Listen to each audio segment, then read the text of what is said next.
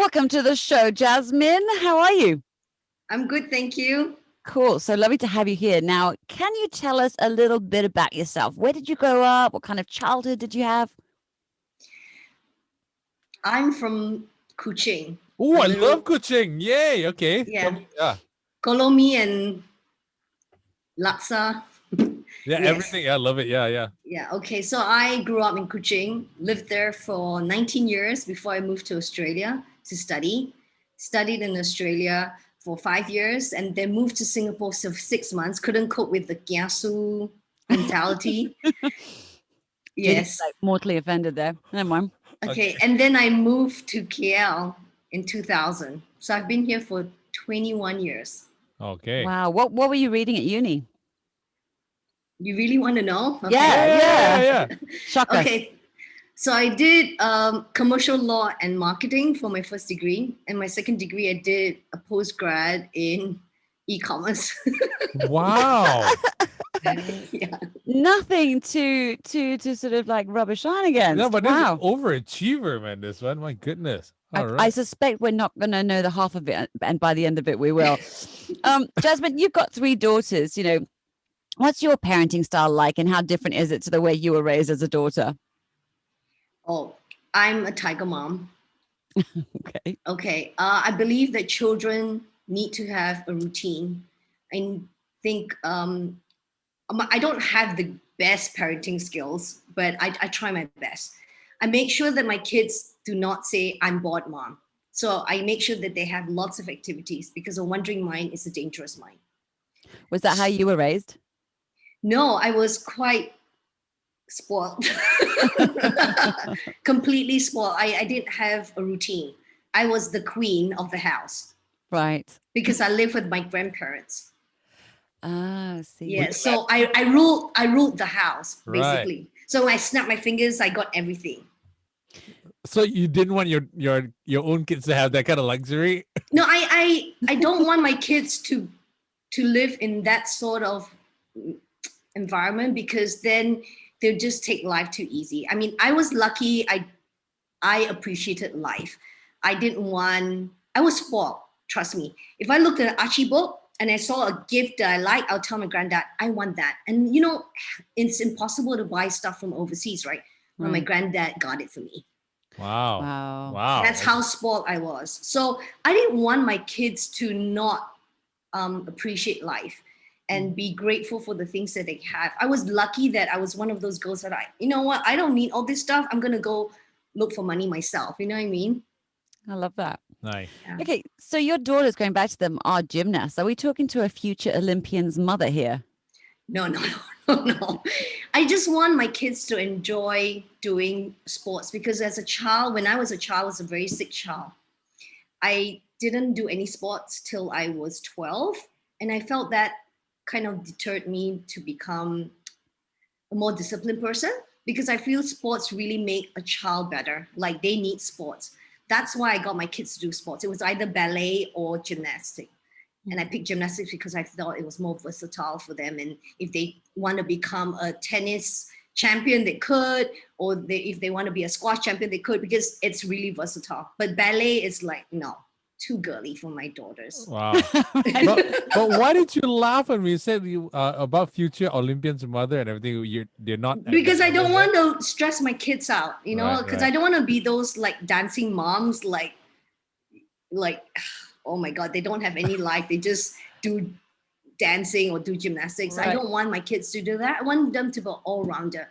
I want to learn how to sew. Oh, my kids know how to sew, by the way.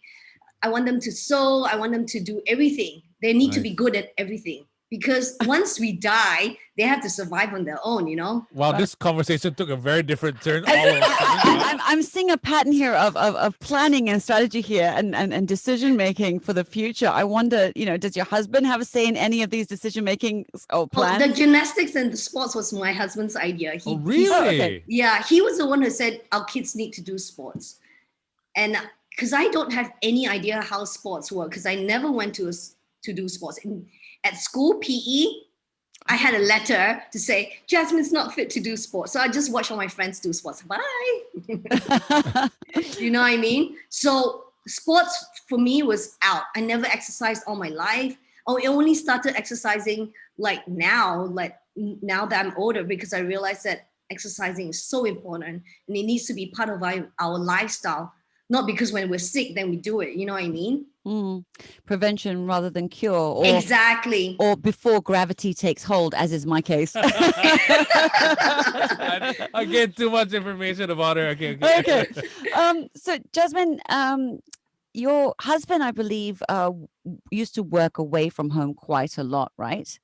Yes, Tell us what he he did. found a job in November last year. We were very lucky. But he used to work offshore a lot. But last year we were very lucky. He got a job. So he's still offshore right now. He's been away since January 17 and he hasn't been home yet. Okay, because I was going Wow. to ask you, like, you got 3 kids. You really are sort of on top of them, guiding them through sort of the activities, and did they go to school or are they homeschooled? Right now, they're staying at home. We Right. haven't sent them to school since 6th of March, 2020. Okay, so you've got all of this sort of going on, and with your husband away for long stretches at sea, what's a usual day like for you and the kids? It's an amazing race. That's a nice way of putting it. Or is it No. fear factor? Yeah. No, it's amazing race. So I wake up, I make sure they have breakfast, and then I rush to drop different kids for different classes. And then certain kids will be at home doing their online classes. And then I have to come back while waiting for another kid to finish their class. I'm teaching the youngest one spelling, singing, whatever. So basically I'm juggling that. And then when I'm done with the younger one, I cook and get it ready so that everyone can have lunch. Gosh. Okay. So that just sounds like just a fraction of your day. Yes, that's right. So I would say you're extraordinarily busy mum. Yes. I'm only free after 9. PM? Yes. Wow. Okay. I'm not. We love busy moms. Moms are way underappreciated, and because you guys do so much, but it's got to be a bit of a nightmare. I mean, like having to deal with so much, and your husband's away for so long, and then COVID hits, and then your kids are at home all the time. How's that work? Yeah, that's why I need a break. And then plus my husband's not around, but I have to be grateful that he got a job. But I'm just being positive, because I'd rather he work than not work. And so I tell myself it's okay that I'm busy right now, because when you have this opportunity, you should just grab it rather than just be miserable and say, oh, why do I have to do all this? I'm like, thank God I got this. You know what I mean? So I guess it's just your mindset. As long as you tell yourself that this is something that was given to you, just appreciate it. So can you paint us a picture a little bit? Because, not only are you a busy mum, but you were also working, right? Yes. Before COVID hit, you had a few sort of pots on the stove, so to speak. Can you paint us a picture of what life was like, before COVID came onto the scene? Oh, before COVID, my life was, I had a lot of social life. And because I had to go out and meet people, because my business involves people. And so I need to go out and meet people, talk to people. Basically, I was selling, I was an advocate for essential oil and also a brand ambassador for cookware. Wow. So I need to go talk to people and all that kind of stuff, right? But as soon as COVID hit, all those activities stopped because you can't go out and meet people. And doing a Zoom call is different. You need to look at people, give them a hug, give them a handshake. You know what I mean? That is gone. I would imagine if you're talking about, essential oils as well, you need to be able to smell, right? Exactly. You can't sell an essential oil over Zoom. Like, can you smell the lemon? Like, how? Yeah. How do you explain lavender to someone who's never sniffed Let lavender? me send right? you an attachment. Yeah, exactly. And then, you know what I mean? So, at the time of COVID hitting, was your husband away at sea or is he back? I'm just trying No, to sort he couldn't get a job because things with oil and gas industry was hit badly. And then COVID came and they had a few projects that were supposed to run last year, all got canceled. So he didn't have a single job. So he was at home with you when we went into our first lockdown. Exactly. Okay. And at that point of time, you know, how did the pandemic affect you as a family and as a businesswoman? Like what changed? Everything. We didn't have any income coming in because he couldn't go out, to work, and I had no work coming in. So that's why Breadwinner Babe was launched on the 16th of April 2020. Okay. Yes. Did a lot of thought go into that? I mean, like, you know, you got your husband at home out of work, 3 kids that need to be homeschooled, fed, you know, ferried around, amused, no income to speak of with your businesses sort of on hold that you were doing before. What was going through your mind at that point, and how did you arrive at this new business venture? Okay, so the lockdown was on the 18th of March, wasn't it? Yep. Okay, so we relaxed. We're like, well, what do we do? Okay, just chill. Okay, so we all chill. But then, I couldn't sit still. It wasn't me, right? So I started baking and cooking. And then I baked something from home. Kuching is famous for the buttermilk buns. Yep. Yep. Right? Gu yu bao, they call it, okay? Yep. I love it. So I made them and I posted it on Instagram because I want to make stuff for my kids because they all wanted to go home, but we couldn't go home. So I posted on Instagram and on Facebook, and some of my friends like, babe, you make gu yu bao? Can you make some for me? I'm like, no, it's just for my family. Oh, come on, do it. I'm like, it's expensive because the ingredients are expensive. Like, yeah, just sell it to me. I'm like, okay, 50 ringgit. It's like, okay, bye. What? Yeah. And so first day I sold 4 trays of gu yu bao, okay? The next day I started posting on Instagram and everything. People was looking like, oh my God, gu yu bao? Who's this lady who makes gu yu bao from Kuching, And then it became 10 trays the next day, and then 15 trays. And then Mother's Day, I had 30 trays. I had to tell people, I'm sorry, we can't bake anymore. I have a small oven in my little home. It's not like an industrial oven, Right. Yeah, so I started baking every day. For 1 whole month, I was baking like crazy, in and out, Monday to Sunday. And then I said, okay, I can't do this. This is crazy. So I took the weekends off. But business was crazy. Everyone was just ordering my buttermilk Did buns. you expect that? I mean, did you even think that this was what was going to No, happen? it was like by accident. That's fantastic. So how did that then turn into this new business of Breadwinner Babe? How did it evolve from sort of, I'm Okay, going to make a so few buns for my family. Okay, I'm going to sell it to friends. Oh my gosh, I'm making 30 on Mother's Day. Yeah. so then actually I have to admit, I sent buns to a few friends. Okay, I sent them to Daphne Anking, and she's from Sabah. And Borneo people love this bun. And she's like, oh my God, babes, this bun, it's crazy. You made me happy. And then she posted it and everyone started buying from my site. So Right. that's how I became famous. Breadwinner Babe was famous for the breads, for my crazy expensive breads. Okay, so are you still baking them, or has Breadwinner Babe sort of evolved into something different? Yeah, so it was crazy. I still bake for some regulars, but I don't bake as crazy as before. Now we start making kombucha. All June right. tea. Yes, this is the champagne of kombucha. It's called June tea. It's made from organic green tea and raw honey. Okay. So totally different from the kombucha you buy from outside, because So they wait, use black tea. Breadwinner Babe has now moved to this, or you're still doing the baking? I'm still doing baking, but I've Right. added more stuff. You know what I mean? Okay, so you do the buns. I won't even Yes. try and pronounce the name of that.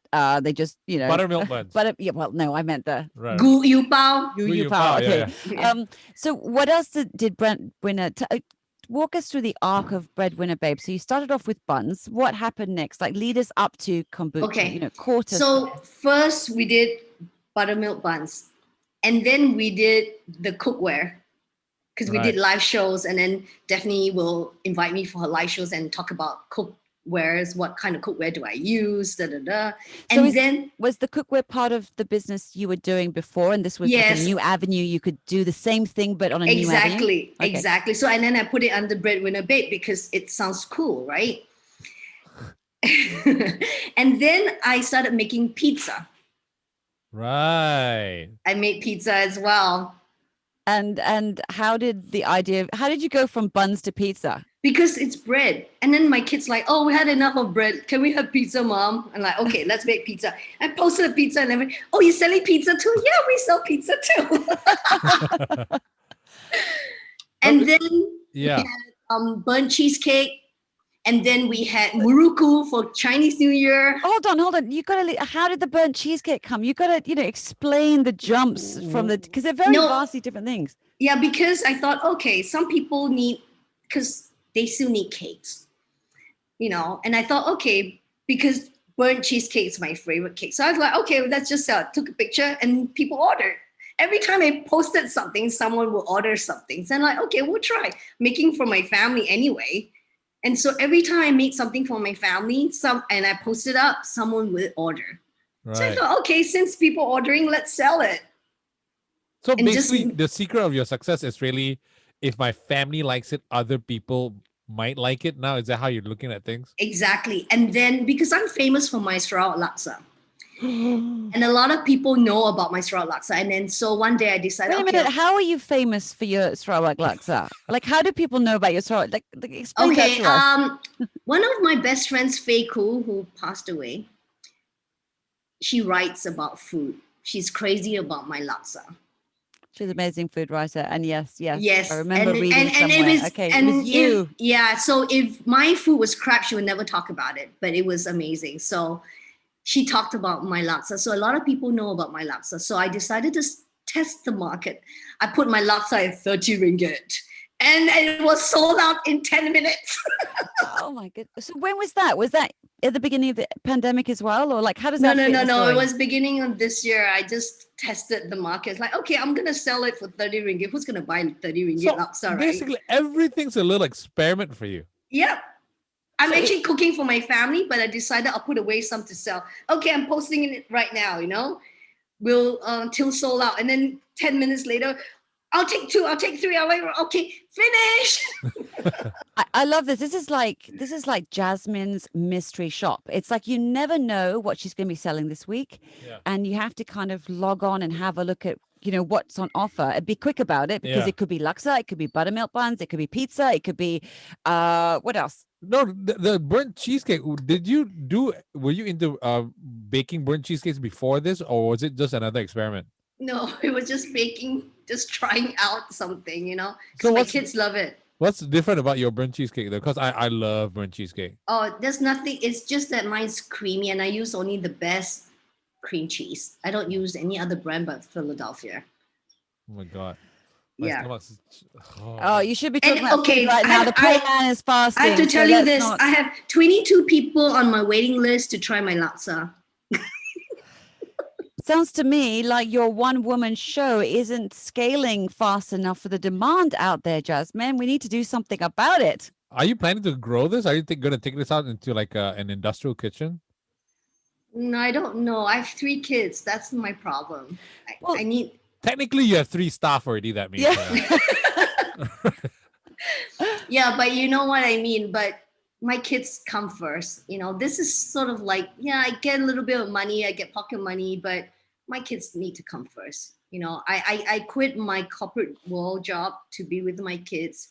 And if I don't put them first, then that's not right. Okay, so I was Googling you and your site because we were having a little squiz at what you have and everything. And I noticed that some of the boxes of your buttermilk buns had some interesting designs. On the packaging. Oh, like a note? Like a note or some drawing and stuff like that? Yeah, boxes as well. Yeah. So all the heart shapes are being colored by my kids. And some messages are written by my kids. The Queen wanted to try my buns. So we sent a box. I think that's a t-shirt there. Back this up. When you say the Queen, who are we talking about? Like the Queen? The Queen of Malaysia. We have a picture. My kids wrote a note on the box and sent it. We said I wore a juba and I went to the palace and delivered the box of buns for her. I love it. The Queen wanted my buns. You have to put that on a t-shirt. What did she think about your buns? She said, okay, so she posted on her Instagram that she loved my buns and everything. And I had like massive orders again. And so I thank her for it. So all this time, there's just you in the kitchen by yourself with your 3 little part-time assistants. Yes, and my helper. I I don't even fathom how you manage to do all of that and still be, like my kids come first, there's the education, all the rest of it, and fit it all in. I struggle, and I've just got one. No, but Jasmine can just call the queen. And Oh hey, yeah. are you free to babysit my kids right now? My God. Would you want to be taking this further so that it could be something that could be a full-time sort of business that's running alongside you so that you can be looking after your kids and also having this as a sort of a mystery restaurant that pops up. There's one thing that comes up every week and they can order that. If I have the right people to do this, yes, I definitely will. I need someone I can trust, like someone who sees, have the same sort of goal. Because with me, when I cook, I do not allow people to like come in and Steal your recipes. No. I share my recipes, but the thing is, they need to follow my method. I'm very particular. Like if I need to boil this soup for 24 hours, I need to boil for 24 hours. I cannot cut corners and say boil for 12 hours so that we can make more. No, 12 hours means 12 hours. 13 hours means 13 hours, and I time everything. And there's a reason why I do all that. That's why my broth is amazing. If you try my laksa, you'll go, oh my God. So you keep talking about this. I'm just wondering whether you're going to actually do something about it so we can. Yeah. Okay. now- I actually will send to your office for 2 of you. Oh my God. Yes. Okay. And then you can. After Hari Raya. After Hari Raya. Yeah. Okay. After Hari Raya, and then you guys can video yourself eating my laksa and you tell me how you feel. Okay. I'm you know what? As it is right now, I'm gonna order burnt cheesecake. I'm gonna order your buttermilk buns. There's ox tongue as well, right? What's this? Yes. Where did that come from? Because my kids love ox tongue and they're so expensive, right? So I decided to make it. I like that. I like that. Let's sell the atas stuff and see whether people buy Well, it. And funny then they enough, do. Jasmine, what's your name? Surname? You're saying to sell the atta stuff. Yeah, What's your Jasmine surname? Ho. You're not using the atas in there? Yeah. You're not going to use the atas in there? No. Okay. All right. So Jasmine, shall we? Yeah. Okay. I'm not sure if you know, but basically every chosen one on our Friday, Free Plug Friday slot gets a special free plug created and composed by JD himself. Oh no, both of us, yeah. No, I'm just the Wow. assistant. But this is something that you can use on your social media and stuff like that. So Yeah, plonk it in your Instagram so that the queen can listen to this. Okay. Are you ready for this? Yes. Hey, what's up with that gelato face, la? I've been taste testing burnt cheesecake for my friend's surprise birthday party for like a week now, and still nothing we like. Stop the search, because I know just where to get the best.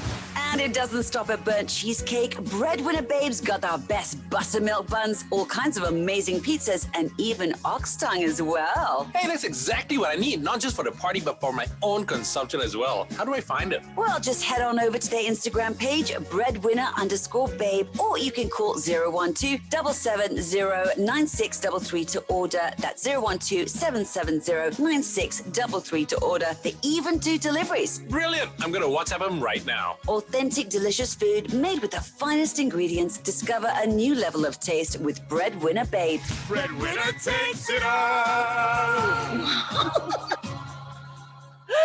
Wow. Thank you so much. Is that okay for you? It's very good. We didn't have the kombucha yet because you experiment so quickly. We didn't have time to put in the kombucha. We didn't have time to put in the Sarawak Yeah. laksa and everything yet. The but- kombucha is.